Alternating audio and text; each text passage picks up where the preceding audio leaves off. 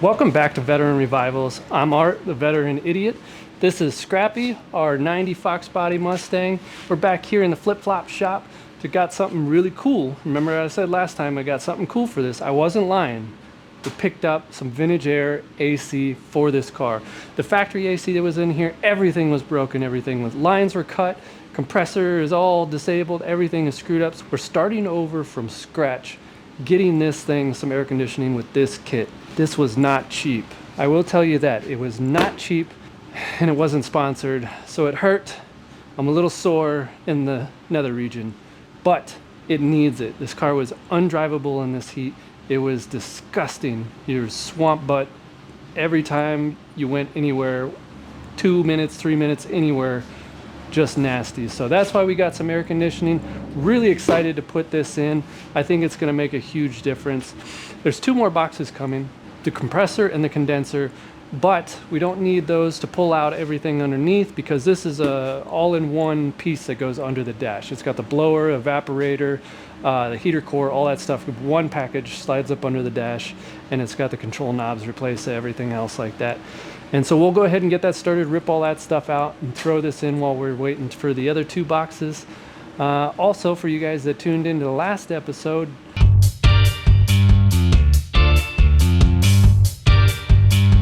to listen to me complain about the idle on this thing, it magically fixed itself somehow. I'm not going to question it at all. I'm not going to touch anything. I'll probably flip that IAC back over to where it was just because I don't think it really did anything at all being in a different position. But it doesn't surge anymore on startup. It does a little bit, but it doesn't bog down, surge to the point where you can't even move and it stalls and everything else like that. So I don't know what happened. It drives just fine. The only thing that really annoys me that may just end up pushing me over the edge is the high idle at 1800 RPM. Anytime you touch the throttle, let off the throttle, manipulate the throttle at any point, anywhere, it jumps to 1800 RPM and it'll hold it there for like 10-15 seconds and then it'll drop back down to a regular idle. Super annoying. Super annoying. And as far as I know, there is no way to fix that. If you know how to fix it, let me know, please, before I rip it off and throw it away and just go old school. I'm willing to leave the fuel injection on here. Fuel injection is preferred. Honestly, if we switched it over to a carb intake manifold, it'd probably get a Sniper EFI TBI anyways. So fuel injection is the main goal to keep. But to keep throwing money into this archaic system, I know a lot of you want it to stay in here. It's archaic, and it takes a lot of money to get horsepower out of it. And every step is more money just to get that same horsepower that the engine already has. I throw a carb intake on it, throw a carb or a Sniper EFI, it's to that point already. The full investment is there. It's already to that point. I don't have to go buy a mass airflow. I don't have to buy a throttle body. I don't have to buy injectors. I don't have to buy a computer chip. I don't have to get it tuned. I don't have to do this and I don't have to do that just to get to the same point. That's why I keep leaning that way. I know you guys really want to see this stay with the A9L, but man, that is super archaic system. And it's just as resilient as it can be. It's just not worth the money to keep dumping into it to get the horsepower that already exists in the engine. It just requires opening. So that's my thoughts on it. Not super popular opinion, but that's how I feel. I don't want to keep dumping sunk costs into this to get to the same point that I'm probably already going to go anyways. So that's just my thoughts. But I'm willing to leave it the way it is right now if it runs well for the time being. But anyways, thanks for joining in if you are new. Let's go ahead and open this thing up and rip out that old system and the heater core and all that other business and throw this one in. Ooh, child, things are gonna get easier. Probably not. This is gonna be terrible. Most definitely. All right, so much like the kit that we did for the square body Oscar, it comes with all the ducting, lots of it. You'll have to cut it to the lengths that you need and fit it in there. A couple of snips with the side cutters and you're good to go. It comes with literally everything you need to fit in here. Insulations, brackets, relays, heater switches. This one has an actual, remember how older trucks used to have the little valve between the heater core to keep hot water from going into the heater core in the cab and heating it up in the cab when you're not using the heater. Well, it has a diversion valve in there to block that off as well. The kit's really awesome kit. So this is the entire evaporator box. Comes with a blower and everything. Let me get this open for you. So this is very similar to the one that we put in the square body. It doesn't have as many ducts out, but it's very similar. And this is all going to go up underneath the dash, and then we'll get the actual control panel will plug into the side here, and all the ducts will clamp on here as well. And I'll show you all that stuff. Very simple kit. So might as well start ripping out the old one so we can start throwing this thing in. First, I got to find the instructions, you know, to make sure that I'm not ripping out the wrong stuff. You know, it's kind of important sometimes. Man, I hope they're in this box. Whoop. Bam. All right. I'll be back. All right, so what we got to do is we got to start on the inside of the engine compartment first to release all this stuff so we can pull that entire evaporator box out through the engine or the under the dash. What that involves, and since this is all cut up in here, there's not a whole lot to disconnect. We're really just disconnecting the clamps on the other side over there in the harness and then pushing it out, since everything else is already, if you know what I mean. In case you've missed all the previous episodes, the condenser has been sawzawed off. All the lines are missing from the compressor. They usually go up and around, and all that stuff is gone. It's all cut off with the sawzall here and there. It's just not great. They even clipped the wires for it. So I mean, there's not a whole lot to disconnect. We got that in our favor, and that's part of the reason why we're replacing everything in this car, because piece by piece would just end up being everything anyways. So might as well do it this way. Yeah, so like the accumulator itself is completely gone. It's not even in here anymore. And a good thing about this too is I'm eliminating a lot of vacuum leak issues, because a lot of the blendor and the control panel and all that stuff are run off of vacuum, so we can get rid of pretty much this entire thing and toss it to the side and not worry about vacuum leaks in that regard. There's still a chance of a whole lot of other vacuum leaks, but not from this one. All right, all that stuff is completely disconnected. I don't have to worry about any of that. All right, that ain't coming off, so we're gonna do like every normal person would do and just leave it like that and yank it out the other way. Since we didn't have to fight with any of that stuff, we can go ahead and jack this guy up and start draining the radiator, because the whole radiator is going to have to come out to get to this condenser. Come on, little fella. Yeah. Hopefully that's the oil pan.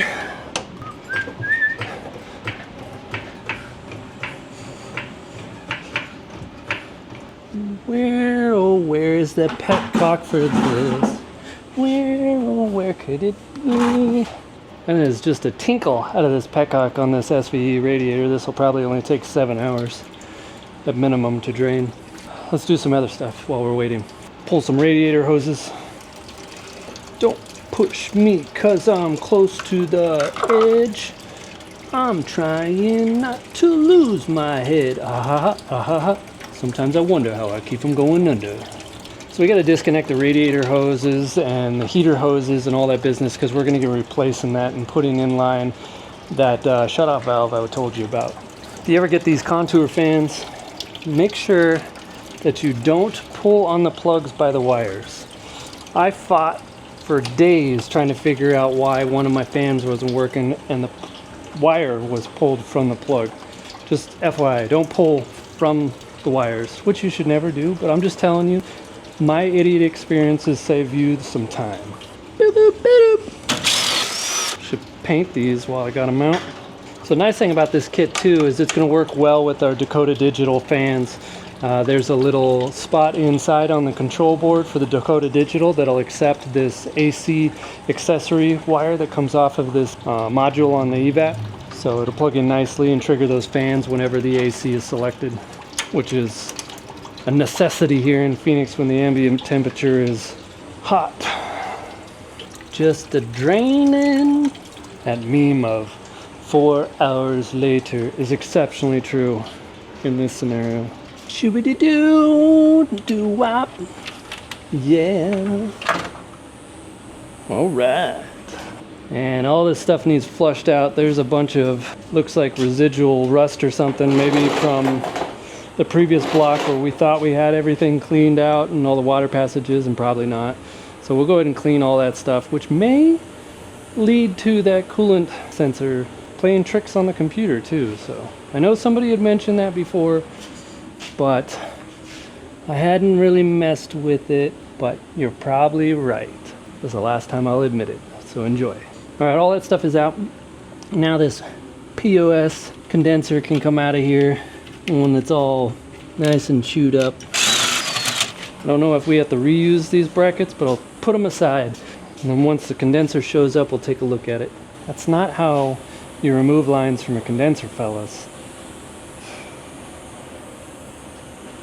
This would be worth about 15 cents at the scrapyard. I wonder if that would work good for like a oil cooler or power steering pump. Has anybody tried that? Cut the ends of the condenser off, used it for some other fluid cooler, transmission, something. I don't see why it wouldn't work. Ah, set her back down where she belongs. Oh, not what you want to happen, but it always does. All right, now we got to remove the nuts and brackets holding this thing in here, which just so happens to hold some of my grounds, so hopefully we can put those back somewhere. I think that's all of them, just two bolts holding in. Need to get a electric ratchet. It's on the wish list. I'm fairly certain that getting this box out from underneath the dash and putting the other one in is not going to be easy. I haven't looked that far ahead in the instructions, but just by having been under these things, under the dash and everything else, there's just no room for anything. So I can only imagine it's going to be tight. Or the whole dash has to come out. Bingo! All right, cool. So I think that's everything under here. So we're going to go ahead and I'm going to go wash my hands, and then we're going to take these seats out in the center console and get started with tearing apart the whole inside of the car. Pretty much the whole inside of the car.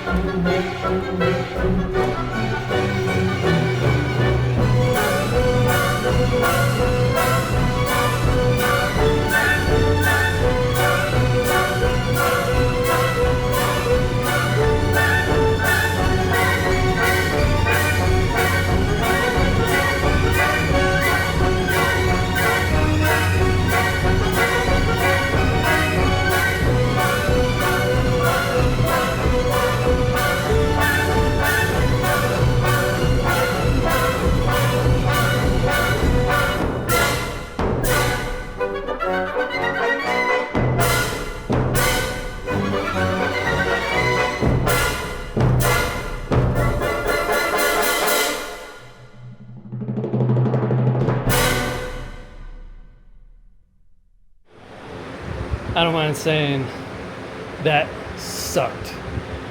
That was an hour and a half, 2 hours of just absolute horror and snapping plastic and breaking connectors, and I don't know how much I think it's worth at this point, but it has to be worth it. The dash is gonna have to be replaced. There's no way, I can't put it back in. Every connector, every single mounting point is all broken. The whole dash was kind of just hanging there anyways, so. But look at the mess we created. This is out of control. Just an absolute nightmare to get that thing out. Square body was definitely easier than this. I guess we'll just keep trudging on, and then we'll figure out all of this wiring and the dash situation later. Just a disaster. I don't even know what to think right now. Just keep pushing forward. All right, I'm back. I talked myself down off the ledge. I'm ready to get back into this thing. I found a new dash on eBay for 300 bucks. Ordered that thing up. Might be a little while before it gets here. We'll get everything else done. Get as far as we can anyways before putting a dash back up in there. And we still should be able to do a lot with the actual dash cover gone or not on. But let's go ahead and rip this evaporator assembly out of here and blower assembly out. Oh my god. Just one more look in here before we get started. It's nice. Real nice. Back hurts just looking at it.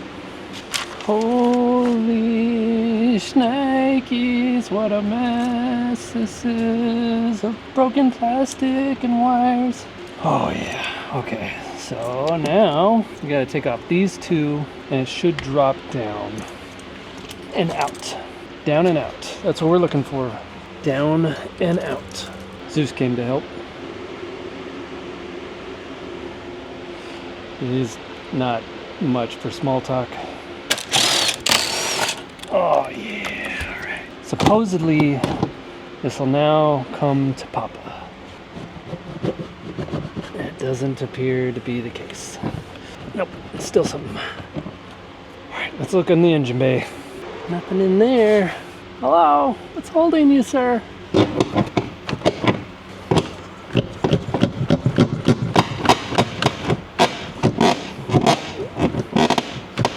What on this earth?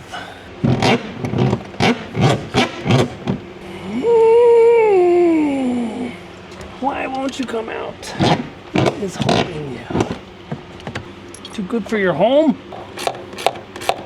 Why are you such a pain in my arse? I don't understand, bro. What do you want from me? What is it? Who's in there? Dude, for real? I just don't get it. What on earth? I feel like there's some things Vintage Air neglected to mention in this process, like how you have to destroy the entire car to get this out. That should be mentioned. Is there a bolt in here? Oh, there is. Knew it. I didn't know it, but now I do. Okay, I'm done fighting with this. You're just gonna come out now. Okay, ready? Thank you, friend. Out with the junk. Oh my god. Well, that was exciting. As much as it can be anyways. Alright, let's move on. Oh, we're moving right along here. So what we had to do underneath the dash here, so you had to hold up a template to the inside, drill some new holes up in the top, cut the insulation out around the firewall. You can put some Dynamat behind it. I've got some like rollout mat that I'm gonna put up underneath it. But up on the top here, it gets a block off plate on the cowl with some RTV. Now we're ready to start putting this thing together, and we can do that outside the car. I don't have to sit in this thing anymore for the time being anyways. It should be known that Arizona has some spectacular sunsets and storms. This camera doesn't do it justice. That is a massive storm heading in this direction. Hopefully we'll get close to done. Well, if we don't get done, I know what I'll do is I'll just take the engine out of that thing and put it in this one right here. That's what really happened. Woo! Going rain. Ooh, child, this couldn't get any harder. Slam a couple Tylenols. Back to work. All right, so now we're ready to throw this entire evap kit together. And so far there have been a couple things left out on the instructions of this, which is funny because on the square body kit that we did, it had everything. Everything was perfect. There was no guessing. It all went together great. This didn't tell me at all that I was going to have to pull the entire wiring harness out of the dash. What a colossal pain in the butt that was. But it's done now. Got a new dash ordered up. We're going to put it all back together. It's going to look real nice. But now we need to put these heater hoses on. And these are pretty simple. So we'll go through this thing. We'll put all this stuff together. And we'll go ahead and roll that time lapse, Sheila. Why does my butt hurt so much?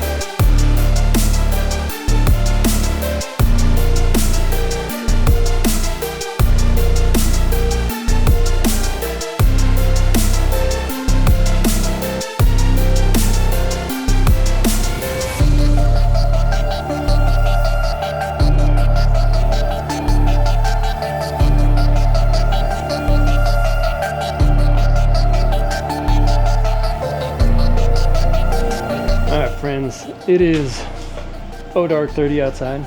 Time to go in, rinse the nethers, get ready for another hot day tomorrow. Here's what we got done so far. Everything's put together. It's all ready to go into the firewall in the passenger compartment. Just gotta put in some hoses and then we'll run it through and poke it in through the floor up there. Tomorrow should be a lot easier with all this stuff. We should have pretty much everything done tomorrow other than putting a new dash in, which we'll just wait until the new one shows up. And I say new, it's used on eBay, but it looks in a lot better shape than this one, so we'll go with that. But that's it. I'm gonna go inside. I'll see you in the morning. Welcome back. It's morning. Had my ibuprofen breakfast, knocking down the energy drink, and I think I'm ready to tackle this again. Went with the no sleeves today because it was really hot yesterday and it's supposed to be 5 degrees warmer today, so that's the theme of this channel. We sweat out any toxins we got. It's kind of like bloodletting, but in Arizona we just sweat out everything.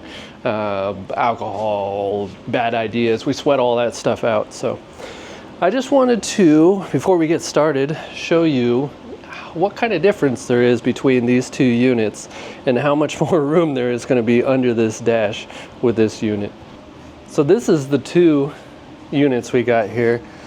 Factory vintage air. It is actually incredible, the size difference. I thought for sure that they were going to be pretty similar in size, but they are absolutely not. This thing is about, I'd say 75%, maybe less size of that one over there, the factory one. So that's pretty legit. I think that's pretty awesome. The thing about the vintage air, if you did not know, it is not a fresh air system. It is 100% recirculation all the time. You see how it has the fresh air input off of the cowl for this one? And that's most of the size difference, as you can see there. And this one does not. It's going to pull the air straight from the cab or cabin all the time. Makes it a little bit noisier, but I really honestly don't notice the difference. You don't notice any loss of fresh air or anything like that. It's a pretty neat little system, and it works just fine. Actually, it works better than fine. Oscar is frozen in there. As soon as you fire that thing up, I have to turn the fan way down and the temperature way down because it'll freeze you out. It will literally, there's one register on the lower hand. If you have a square body, you know what I'm talking about. The one register on the left hand side and lower blows nowhere but your crotch. That's the only place it goes. No matter which way you point it, it bounces off the door straight back to the crotch. Point it up, bounces off the steering column straight back down to the crotch. So you have frozen nuggies instantly. It works well is what I'm trying to say. And it's going to work well in here too, because this is a smaller area and it just needs it. It could be blowing air past a cup full of ice and it would be better than it is right now. So now that I'm motivated, let's go ahead and get back into this thing and throw this up under the dash so we can start mounting everything else. And that's pretty much where we're at. We put it up under the dash, and then we're going to run all the lines and change out the compressor, and then it's just a matter of wiring. The wiring is kind of, but it's not bad. It's typical of anything you're installing. You have power, ground, and then a signal. So, all right, let's get into it. No better time than now, before it's blazing hot. All right, so I got my backing plate or my block off plate for the front here and the line run through it. We'll feed this down through and then we'll loosely attach the bolts on the other side. That way we can get that whole dealy bob up in there. Ow! There she goes. Get in there, son of a biscuit. It says to loosely attach those. So consider them loosely attached. We can move on to the next step, which just happens to be this fancy little drain cover. So the firewall has a spot or a hole in it for the factory condensation drain. And this system has a tube rather than a plastic port. And so we'll use this little block off plate here to cover that up, which kind of sucks to do on your own because somebody's got to hold the other side. You put this side on the thing with the thing, and that it's not easy. It just doesn't work like you think it would. So, flash forward, got it all installed in there. Plates in down on the bottom there. Pulled the wires up through the mounting plate. And then on the inside here, we've got the relay mounted up on the wall, and the wires run through. Now it's time to set the evap in here and start running those wires as well as hook up the condenser lines.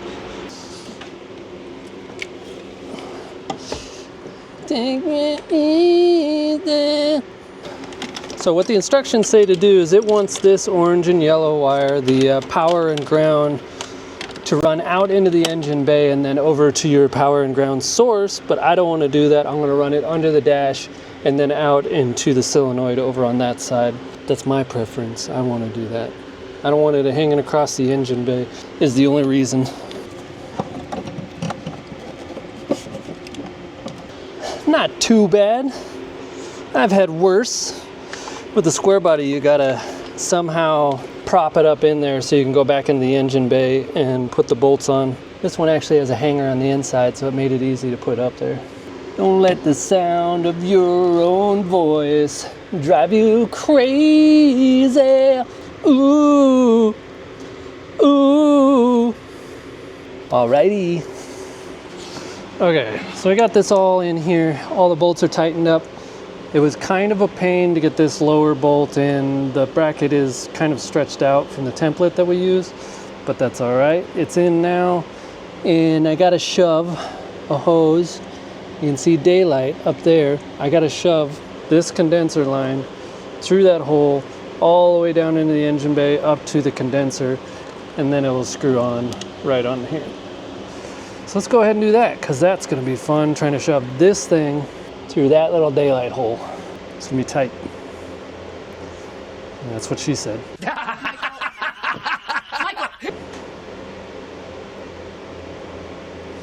Brace for impact.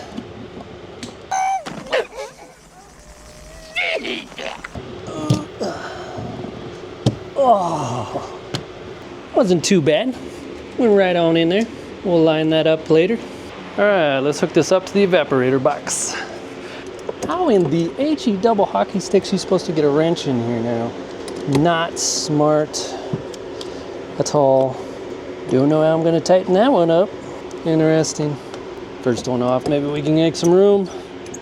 Wait for it, listen.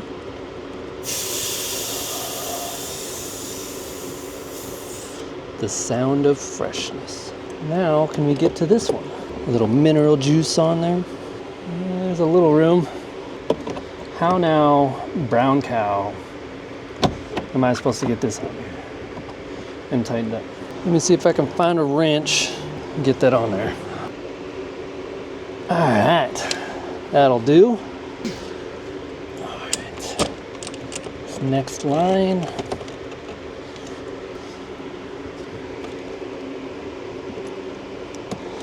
Now we're supposed to gobbledygook this entire thing with that insulation wrap and sticky stuff, so that's exciting and probably not too exciting for you guys to watch, but it sucks for me because you get it all over your hands. It's got tar and it's this stuff here. It's just gross.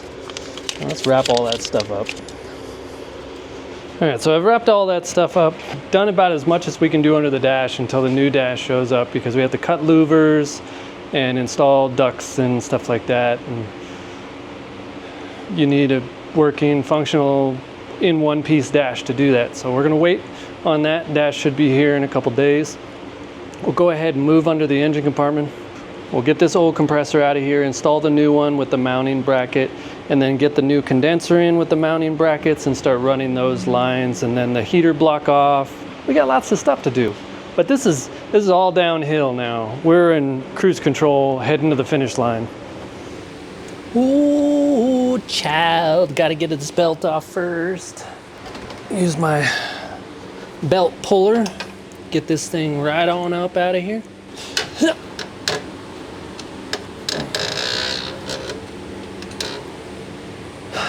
4 pedestal bolts, and then 2 on the flange here. Woo! Almost took the finger right off. That was a close one, fellas. Don't put your fingers in places shouldn't be.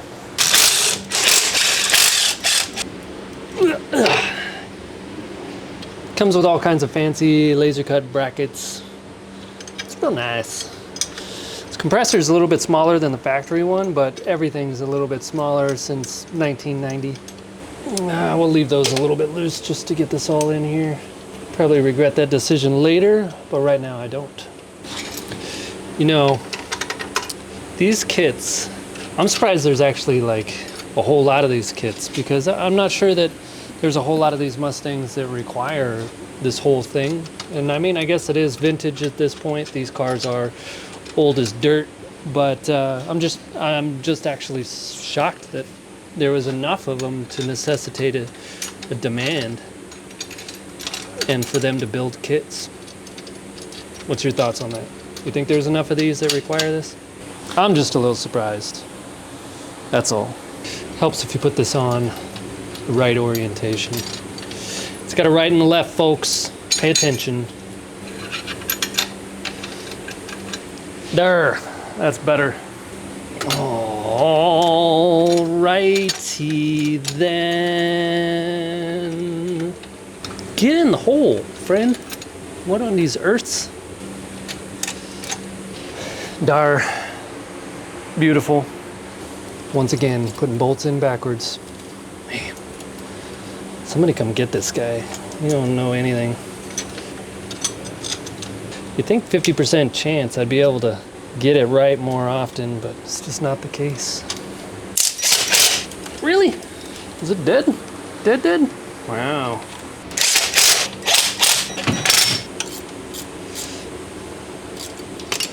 Okay. All right. Let's tighten the rest of it up. There it is. Compressor installed.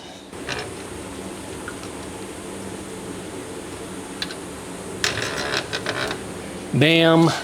That's a bam. That's a it'll run. Bam. All right, let's get these lines on here.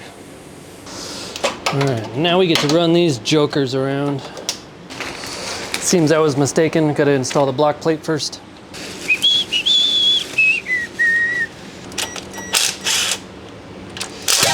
Woo! Had some pressure on her. Scared me. Scared me. Whole lot. I wasn't expecting that. This sucker just bolts in here. Use Allen heads. I don't like Allen heads. Allen heads only like to be tightened once, maybe less. Be like halfway tightened. There she goes. Throw a little mineral goop on that O-ring. So it says about 30 times in these instructions, do not engage the clutch on the compressor until it has been charged. Even though it comes with all the oil and everything else like that, they do not want you to fire this bad dog off without charging the system first, which makes sense.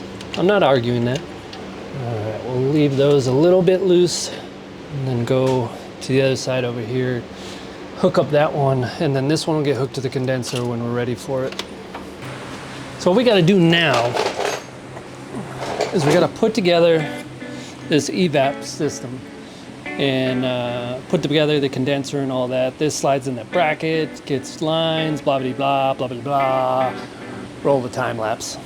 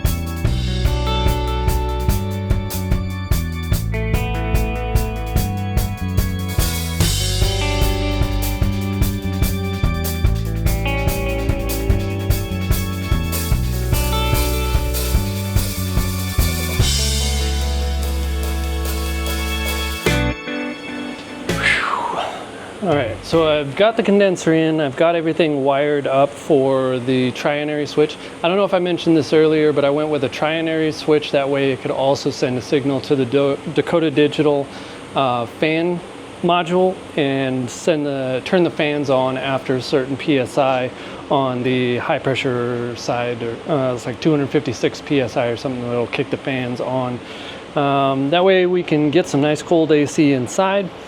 So the condenser is in, bolted up in there, and then there's the wires coming out from the trinary switch and then going up and over, and then the lines over and to the complete compressor. So now we need to start working on the heater hoses and then putting in that block off. So that won't be too hard. It's pretty straightforward. Block off goes in the inlet side over, and then it blocks flow. Really, you could put it on either side. It doesn't matter. If there's no flow, it's not going to push through. But it goes on the high pressure side, I guess, or the inlet side, and blocks flow with this trigger wire over here. So we'll go ahead and throw that in now. So this is that trigger wire for the block off, and then this is the block off itself. Like I said, in, blocked solenoid, out, to the heater core, and then the other side goes around. Fairly simple stuff. Flow in with my homies. Oh no.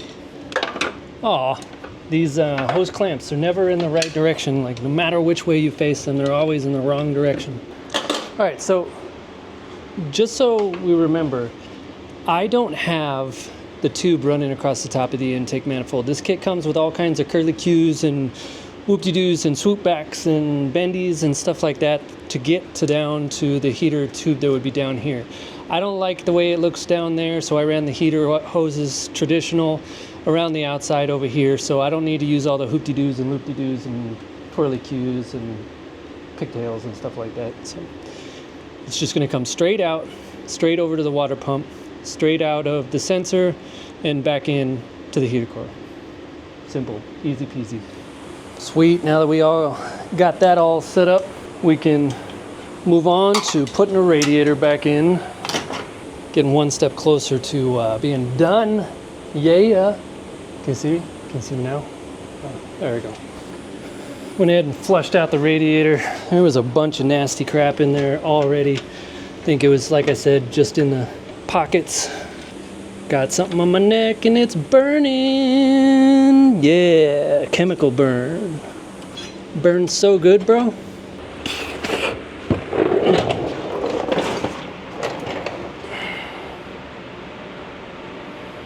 I only spilled enough to cover my arm and my face, so we're good on that aspect.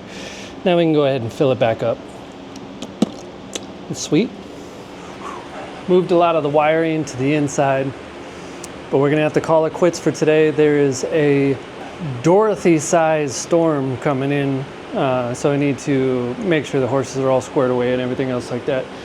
But we will pick this back up as soon as that dash shows up, and we can finish all the wiring and all the duct and everything else inside. So for you, it's gonna be a blink. For me, it's probably gonna be a half a week or so.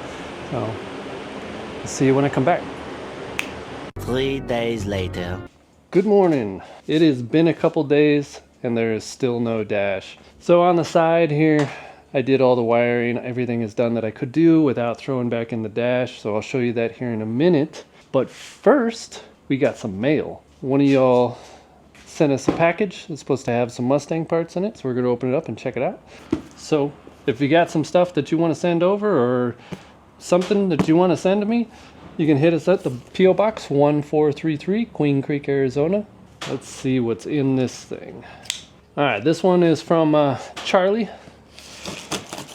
Said that he sent over some Mustang parts, which is awesome. I appreciate it. Maybe it'll help with whatever we got going on here. Need to sharpen this knife. This is not a bomb, so that was good. Oh, no kidding. All right. Got a mass airflow, 19 pound, 75 millimeter. Right on, right on. He's a little cleaned up, but that is much appreciated. We'll get that thing cleaned up and throw it on there. This does have an aftermarket mass airflow sensor on it. It is also from ProFlow, but it is housed in the factory's diameter, so this should be better. We'll get her cleaned up and tossed on. What else we got in here? Oh, all right. Nice.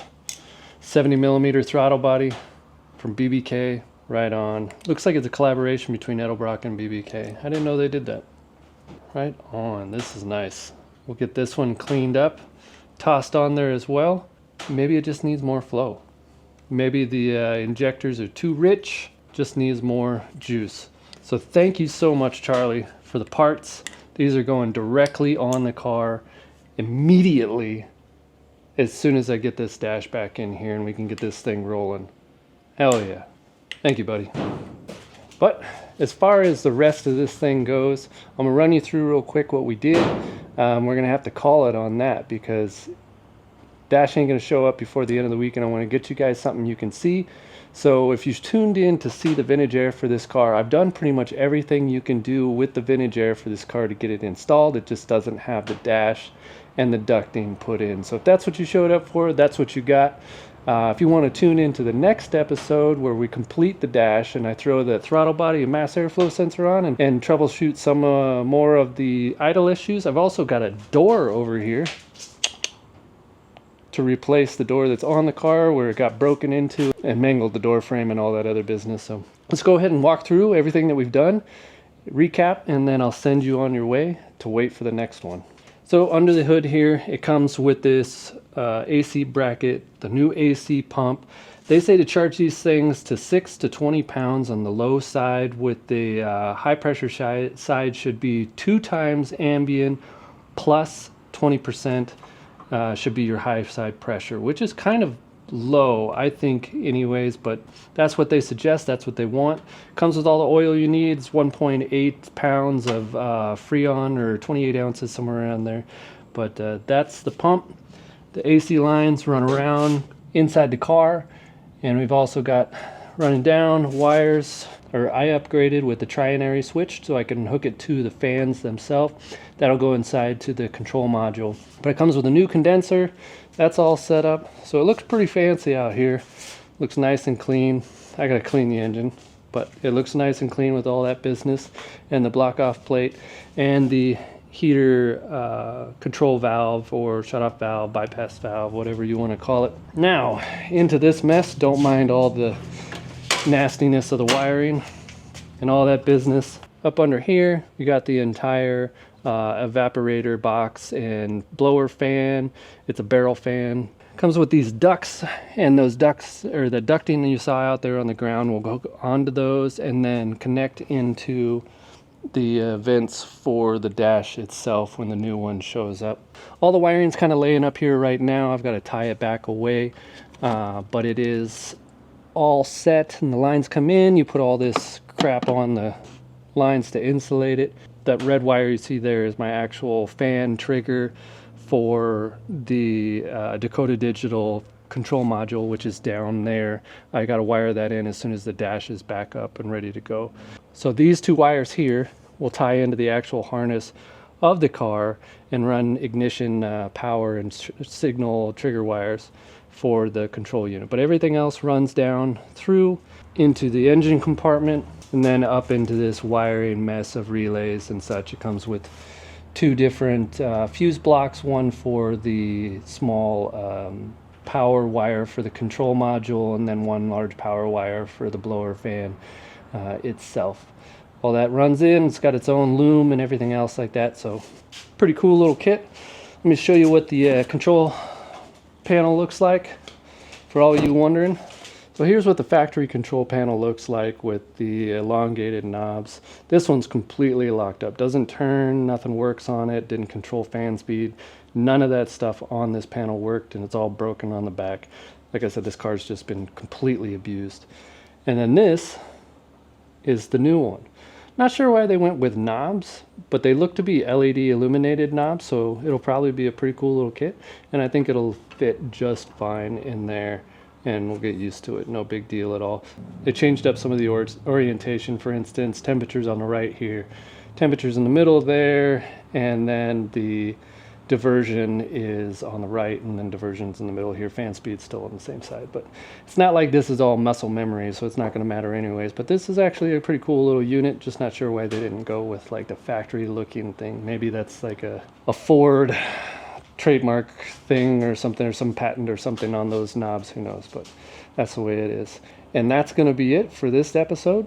Thank you guys so much for watching. I appreciate all of you. Thank you for sticking in, checking out all the Vintage Air stuff. I tried to cover as much as I could. It's a little bit of a longer video, and we still didn't get it finished.